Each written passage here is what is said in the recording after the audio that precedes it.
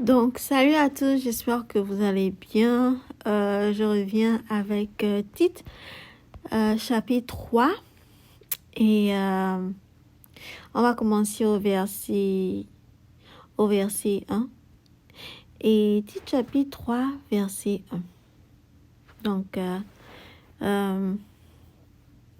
déjà, je veux bénir le Seigneur pour sa parole, pour la révélation de sa parole qui est claire, qui donne de l'intelligence aux simples.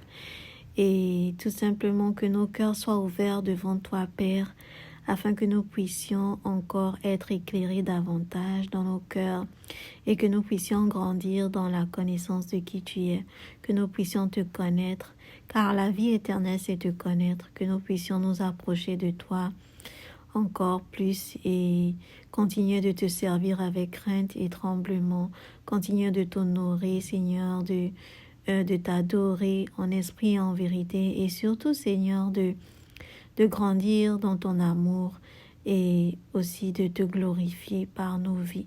Que ton nom soit béni au nom puissant de Jésus-Christ. Amen. Donc, Tite, chapitre 3, verset 1 dit ceci.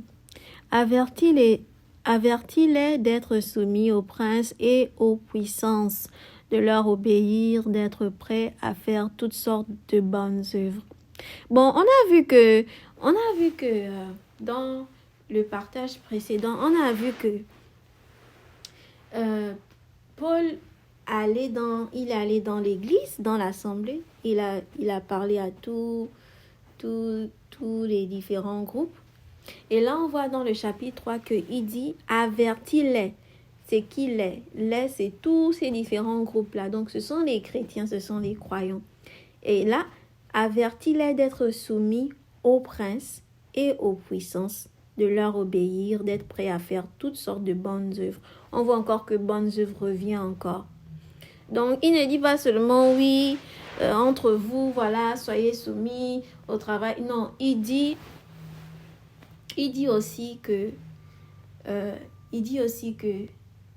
les croyants doivent être soumis aux princes, aux puissances. Donc, c'est-à-dire aux autorités. Et ça, c'est pas la première fois que Paul le dit.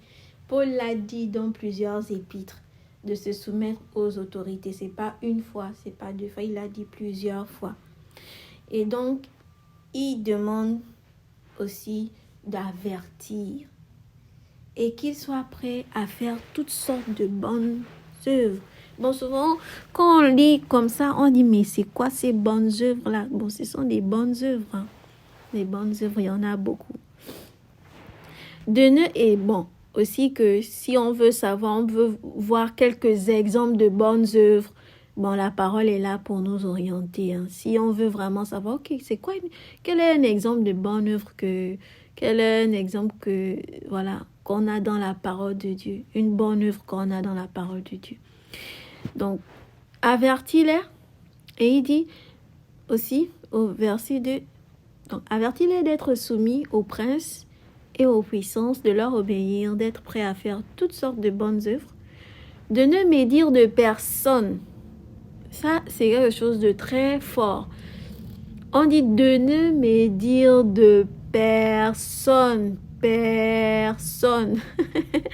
Personne. Donc, en fait, c'est pas juste, oh, tu peux médire de tel. Et c'est quoi la médisance? C'est bien d'aller dans le dictionnaire. Médire.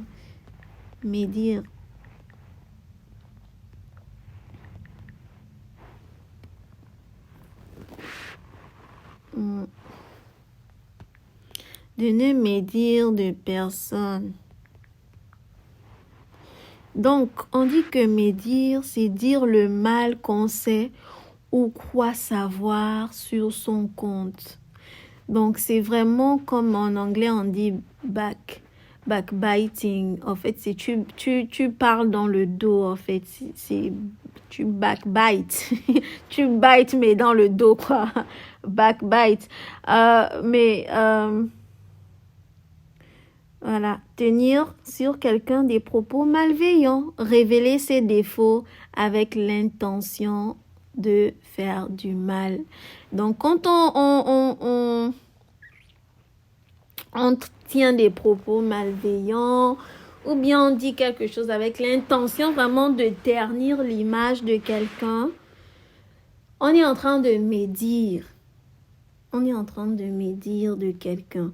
C'est pour ça, bon, parfois, on peut se dire, bon, c'est pas tellement mauvais ou bien c'est pas tellement méchant. Je dis pas qu'on peut pas faire une remarque à quelqu'un ou bien on peut pas dire que cette personne a eu un mauvais comportement.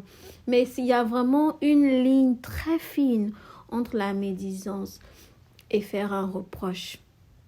Voilà, donc on doit vraiment faire très attention.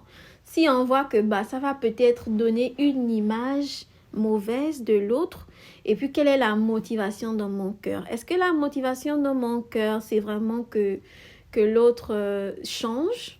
Ou bien la motivation dans mon cœur, c'est que peut-être... bon, même si peut-être la motivation dans mon cœur n'est pas claire, mais si je dis quelque chose malveillante, bon, je suis en train de médire sans me rendre compte peut-être, ou je ne sais pas en me rendant compte, mais toutefois, ça doit nous interpeller parce qu'on dit de ne médire de personne. Donc, c'est pas seulement de ne médire, il faut pas seulement dire je ne médis pas, je ne suis pas médisante envers les frères ou les sœurs dans la foi. Non, on dit de personne, c'est-à-dire que même si quelqu'un est méchant, même si une personne est très méchante, mauvaise, il faut faire attention. Dieu nous demande de médire de personne. Personne, même quand il dit personne, c'est personne. On peut faire des reproches, ça c'est pas interdit, mais parler derrière le dos ou bien dire quelque chose avec pour intention de faire du mal. C'est pourquoi d'ailleurs même la parole de Dieu nous dit que si ton frère a péché, tu vas vers lui et tu le reprends. Et puis bon, s'il pêche encore, tu pardonnes encore, tu pardonnes. Mais vraiment, faut pas laisser son cœur se gâter. Faut pas que ton cœur se gâte. Faut pas laisser la médisance gâter le cœur. La médisance, ça gâte le cœur. Ça gâte le cœur. Donc, faut pas vraiment permettre ces choses. Si on dit quoi, s'il y a si vous voulez dire quelque chose, que ce soit des paroles qui soient assaisonnées de grâce et de sel, voilà, pour répondre à chacun selon qu'il faut. Donc, vraiment, on dit même encore que, bon, la parole de Dieu dit, désolée, ma mémoire est vraiment pas au top. Veuillez m'excuser. Mais la parole de Dieu dit aussi dans Galates que si tu vois ton frère pécher, toi qui es entre griffes spirituelles, si tu te dis vraiment spirituel, que tu le reprennes. C'est dans Galates 6, je vais aller lire ça rapidement pour que je ne dise pas autre chose. Galates 6. Mes frères, si quelqu'un vient à tomber dans quelque faute, vous qui êtes spirituels, redressez-le avec un esprit de douceur et prends garde à toi-même de peur que tu ne sois aussi tenté. Donc vraiment, si quelqu'un a fait une faute, avec un esprit de douceur, il faut redresser, il faut aller dire non, ça c'était pas bien. Mais non, en allant redresser, on fait attention parce que nous-mêmes on peut aussi tomber, on n'est pas exempt. Donc voilà, tu vas pas t'embarquer dans la faute de quelqu'un.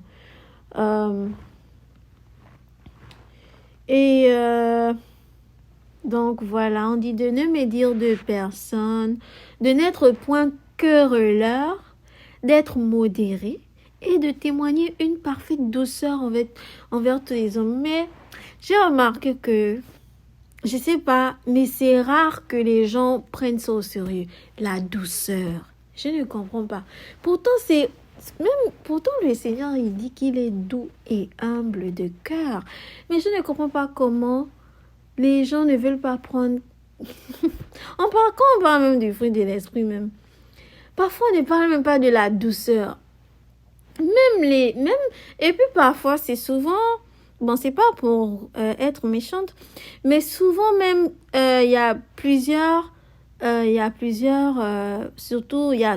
frères qui peuvent te dire, par exemple, non, moi je suis comme ça et tout et tout. Même dans le monde, on va remarquer que les hommes, ils vont souvent dire, ah, moi, je suis comme ça, je suis dur, je suis strict et tout ça. Alors que, normalement, quand on est enfant de Dieu, bon, bien sûr, tout le monde, mais c'est pas ce n'est pas, comment dire, c'est comme si les gens voulaient prendre ça comme un passe, quoi, que voilà, parce que je suis un homme, ça veut dire que je dois pas être doux. Non, non. On a dit que la douceur, on parle de la douceur même de l'agneau. Que Dieu me fasse grâce. Peut-être je vais partager sur la douceur.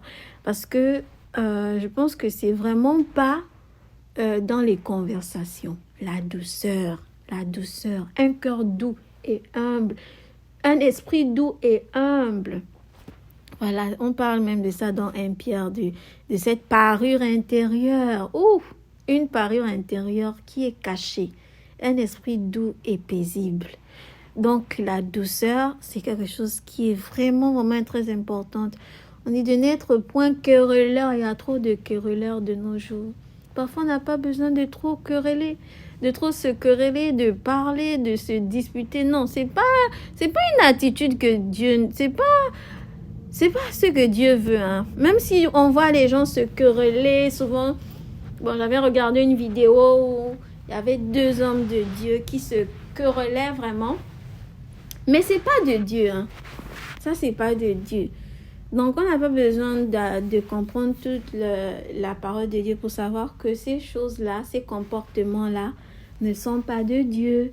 La médisance, les querelles. Voilà, il y a des gens, ils sont toujours dans les querelles. Tu te demandes, mais il y a quoi? Il y a quel problème? Vous n'êtes pas fatigué? Recherchez la paix. Voilà, recherchez la paix avec tous. Si tu vois même. Et puis même, Paul n'a pas seulement dit ça à Tite, mais il dit ça aussi à Timothée, qu'un homme de Dieu ne doit pas être trouvé dans les querelles. C'est pas la première fois que Paul dit ça. Il a dit ça aussi à Timothée, qu'un homme de Dieu ne doit pas être querelleur, mais il doit faire preuve de douceur.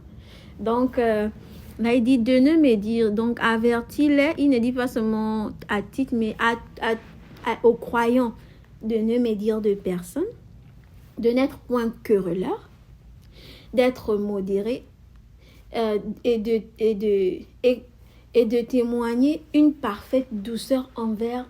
Et la parole est, j'aime trop la Bible, parce que quand c'est tout, on te dit c'est tout. Voilà. Quand c'est un seul, on te dit c'est un seul.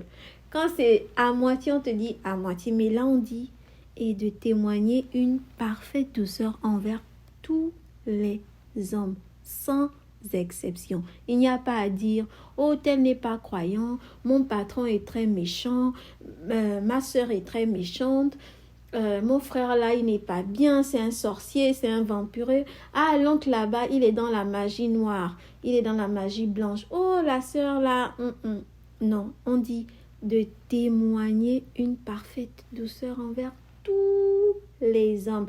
Et ça, c'est un fruit de l'esprit. J'ai dit que on néglige ça. On néglige la douceur. La douceur. Je vais d'abord bien aller. On dit. Je vais lire le fruit de l'esprit. Mais Galates 5, 22. Mais le fruit de l'esprit sont la charité, la joie, la paix, la patience, la douceur, la bonté, la fidélité, la bénignité, la tempérance. La loi n'est point contre ces choses. Donc, la douceur, vraiment, je pense pas que les gens parlent beaucoup de la douceur. C'est dommage parce que même le Seigneur, il se définit comme étant doux et humble de cœur. Mais malheureusement, je pense qu'à force de... On a un caractère dur et puis on dit non, c'est parce que, bon, voilà, je suis comme ça, je suis née comme ça. Non, la douceur. La douceur, c'est pas seulement dans la voix. C'est un cœur, c'est un esprit doux qui communique la douceur, la paix, qui ne brise pas le roseau cassé. C'est pas quelqu'un qui va être là, te brusquer. Non, la douceur, elle est douce, elle est pacifique, elle est tendre. Voilà, c'est pas du brusquement, non. La douceur. On a besoin de douceur. Donc, c'est un peu ça. Moi, je voulais insister sur ça parce que c'est pas forcément quelque chose, même dans les prédications, dans tout ce qui est prêché là dehors ici, tous les enseignements. C'est rare que les gens parlent de la douceur. Je ne sais pas pourquoi. Alors que c'est une vertu qui est vraiment, qui plaît vraiment à Dieu, la douceur. Et c'est dommage qu'on n'en parle pas alors que Dieu nous demande de faire preuve de douceur envers tous les hommes. Donc, il va dire, car nous étions aussi. Donc, il demande aux chrétiens vraiment d'être, je peux dire, d'être patient en fait. D'être patient avec tous les hommes, de ne pas vraiment médire des gens, de ne pas avoir cette attitude orgueilleuse ou bien de vouloir se quereller avec les gens parce qu'on a connu la vérité. On veut peut-être, je sais pas moi, peut-être montrer que voilà et tout ça. C'est pas ça en fait, c'est pas ça. C'est pas ça. La connaissance enfle, mais l'amour édifie. C'est ce que Paul dit. C'est pas ça. Et c'est des choses que on voyait dans l'église de Corinthe. Voilà, il y avait toutes ces discussions. Moi, je suis de terre, je suis de là-bas. Non. Il dit, ce n'est pas ça, en fait. Il faut faire preuve de modération. Il faut témoigner une parfaite douceur. Il ne faut pas être querelleur. Il ne faut pas médire des gens. Et il dit, pourquoi? Pourquoi il le dit? Parce que nous-mêmes, nous étions, au verset 3, il dit, car nous étions aussi autrefois nous-mêmes insensés, désobéissants, égarés, assujettis à toutes sortes de passions et de voluptés, vivant dans la malice et dans l'envie, dignes d'être haïs, et nous haïssons les uns les autres. Mais lorsque la bonté et l'amour de Dieu, notre Sauveur, envers les hommes ont été manifestés, il nous a sauvés, non à cause des œuvres de justice que nous eussions faites, mais selon sa miséricorde par le baptême de la régénération et par le renouvellement du Saint-Esprit. Donc, il dit de faire preuve de modération, de patience, de douceur, de ne pas mépriser les gens, de ne pas médire des gens. Pourquoi? Parce que nous-mêmes, nous étions égarés. Donc, les croyants, aujourd'hui, on peut dire j'appartiens à Jésus, je crois au Seigneur Jésus-Christ, je suis un chrétien, je suis un croyant, je suis né de nouveau, je suis assis dans les lieux célestes. Mais il dit qu'on ne doit pas oublier. Il y a un cantique que j'ai chanté, c'est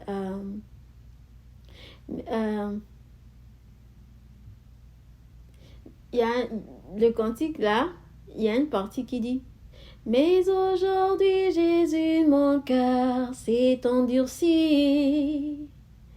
Il s'est rétréci pour mes frères et mes sœurs. L'orgueil dans mon cœur sans cesse condamne les autres. Et j'ai même mis en oubli tous mes péchés passés. Je ne laisse aucune place pour ta miséricorde. C'est toi seul qui peux changer mon cœur, Jésus. Oh. En fait, c'est ça, j'ai mis en oubli tous mes péchés passés. On ne dit pas qu'on doit se condamner et vivre dans la condamnation. Dieu nous a pardonné. Il nous a donné un cœur nouveau, une vie nouvelle. On dit que si tu es en Christ, tu es une nouvelle créature. Les choses anciennes sont passées. Maintenant, toutes choses sont devenues nouvelles. Mais ça ne veut pas dire qu'on oublie d'où on est venu. Parce que de là où Dieu nous a tirés, c'était de la boue. On était désobéissants, on était rebelles aussi. La colère de Dieu était aussi sur nous, on était insensés. Quand on écoute les témoignages parfois des chrétiens, tu vas voir que, mais celle-là, cette sœur qui est peut-être en feu pour Dieu, elle n'avait pas forcément une vie bien. Elle était dans le monde, elle était désobéissante, elle faisait des choses vraiment... je peux même dire personnellement, je ne suis pas née chrétienne. Je ne suis pas née enfant de Dieu. Quand je suis sortie du ventre de ma mère, je n'étais pas enfant de Dieu. Je n'étais pas chrétienne. Je suis devenue chrétienne. Donc, c'est important qu'on se rappelle que nous aussi, nous étions autrefois. Et c'est ce que Dieu fait en fait. C'est que quand il nous montre sa bonté, même quand on marche avec lui, parfois on tombe. on chute. Mais quand il vient nous montrer sa bonté, il vient se manifester à nous. Il vient nous relever. Il vient nous montrer combien il est patient, combien il est miséricordieux. Mais quand on voit son amour comme ça là, en action, quand on voit sa patience, quand on voit sa bonté, on ne peut que dire que, oh Seigneur, la bonté que tu m'as montrée là, je vais étendre ça aussi envers les autres. Donc c'est ça vraiment, c'est pourquoi il insiste que soyez patients, soyez pleins de douceur, ne soyez pas querelleurs parce que nous-mêmes, il ne dit pas seulement, quand Paul parle, il ne dit pas que vous, non, il s'inclut, il dit que nous-mêmes, car nous étions aussi autrefois nous-mêmes insensés, désobéissants, égarés, oui, on allait dans nos voies. Moi, je ne suivais pas Dieu, je suivais mes propres voies, j'avais mes ambitions, j'étais désobéissante, j'étais insensée, ignorante. Voilà, j'étais assujettie à toutes sortes de passions, les voluptés du monde. Voilà, j'étais dans les passions, les désirs du monde. Je me plaisais là-bas, je faisais tout ça. Vivant dans la malice, l'envie, l'orgueil. Voilà, j'étais aussi pas bien. Mais c'est la bonté et l'amour de Dieu, voilà, qui nous a manifesté. Et vraiment, on a été sauvés de ce monde, voilà. On a été régénérés par le renouvellement de l'esprit. Donc vraiment, c'est important de savoir que ces choses, on ne doit pas juste se dire, ah ça y est, c'est bon. Non, on doit quand même à un moment donné dire, ah Seigneur, là où tu m'as prise, je me rappelle que, si c'est pas par ta grâce, Seigneur, si c'est pas par ta bonté, si c'est pas ta bonté qui dure, tes bontés qui se renouvellent chaque matin, si c'est pas ta miséricorde qui dure à jamais, si c'est pas ton amour que tu as manifesté en donnant ton Fils unique Jésus-Christ qui est mort, ressuscité, si c'est pas ça, je ne sais pas où je devais être. On doit se rappeler de ça. On ne doit pas oublier. Et quand on se rappelle de ça, ça nous rend humbles devant le Seigneur. Et on a plus de patience, de compassion envers les autres qui n'ont pas encore reçu cette lumière-là, qui n'ont pas encore été éclairés. Et donc, c'est un peu ça. Je vais m'arrêter là pour aujourd'hui. Vraiment, essayer de méditer sur ça. C'est des passages que parfois, on passe dessus comme ça. Mais on doit s'arrêter un temps soit peu et dire, mais je dois vraiment m'arrêter. Et méditer sur ça et dire, non, Seigneur, si quelque part j'ai oublié d'où je suis venue, d'où tu m'as sorti. Encore que pour ceux peut-être qui n'ont pas forcément été dans le monde, qui n'ont pas fait beaucoup de gaffes et tout ça, bon. Mais sinon, quand tu regardes ton état en péché là, quand tu sais que tu es sorti du péché, que Dieu t'a fait naître de nouveau, toi-même tu sais que, mentir là, même si peut-être je n'ai pas fait beaucoup de choses mauvaises, mais ça quand même quoi, j'ai vu mon état et j'ai su que, ça, c'est pas bon. Le Seigneur m'a sorti de quelque part. Et c'est pourquoi je crois que quand la femme pécheresse vient au pied de Jésus, il dit quelque chose, il dit que celui à qui on pardonne beaucoup, en fait, il aime beaucoup. Donc, quand quelqu'un peut-être n'a pas peut-être eu, en fait, je sais pas moi, parce que pour moi, je sais que le Seigneur m'a beaucoup pardonné et voilà quoi, et tout mon amour c'est pour lui. Mais peut-être que si j'avais pas eu trop d'expériences, des situations dans ma vie, peut-être je serais pas aussi touchée. Mais avec ce par quoi je suis passée dans ma vie, je sais que non, le Seigneur même quoi, c'est sa grâce seulement, c'est sa grâce.